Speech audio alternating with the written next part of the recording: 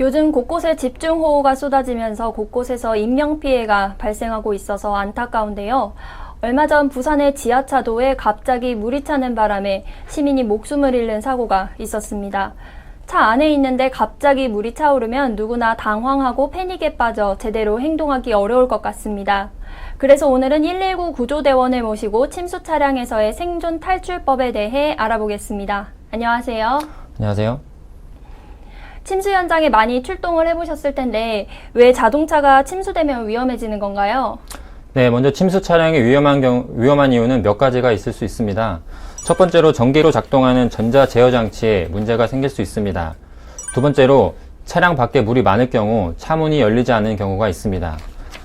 세 번째로 창문을 깨고 싶어도 깨지지 않는 경우가 있습니다. 자동차의 유리는 강화유리이기 때문에 도구가 없이는 쉽게 깨지지 않습니다.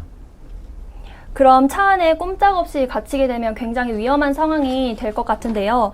그렇다면 이런 위기 상황에서의 대처법이 있을 텐데 단계별로 좀 알려주시죠. 네. 주행 중에 침수가 되거나 차량이 떠내려갈 수 있는 곳에서는 운행을 하지 않는 것이 최선의 예방법입니다. 하지만 예상치 못하게 위험에 닥쳤을 경우 그 대처법을 알려드리도록 하겠습니다. 그럼 먼저 침수가 시작되기는 했지만 아직 시동이 걸려있는 상태의 방법을 좀 알려주세요. 네, 먼저 초기 상황인데요. 먼저 안전벨트를 풀고 문을 열고 나오시거나 문이 열리지 않을 경우에는 창문을 통해서 탈출하시면 되겠습니다. 차 밖으로 나온 다음에는 차 지붕으로 올라가셔서 즉시 구조 요청을 하시면 되겠습니다. 그러면 차 내부에도 물이 차오르고 시동이 아직 꺼진 상태에서 침수가 시작이 되면 어떻게 해야 하나요? 시동이 꺼지고 밖에 물이 많을 경우에는 차 문이 열리지 않을 수 있습니다.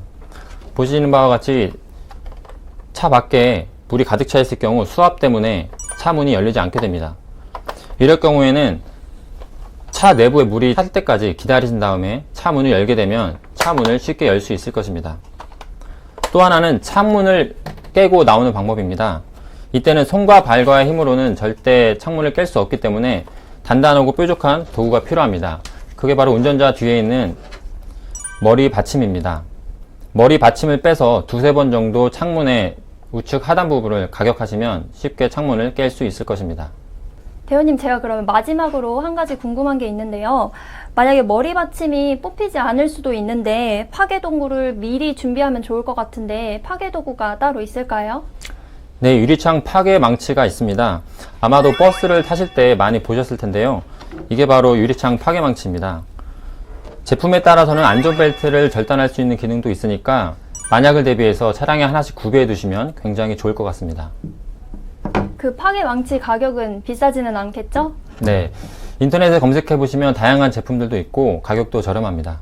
오늘 차가 물속에 침수됐을 때 생존 탈출법에 대해서 알아보았는데요. 무엇보다 사전 대비와 침착한 행동이 중요할 것 같습니다.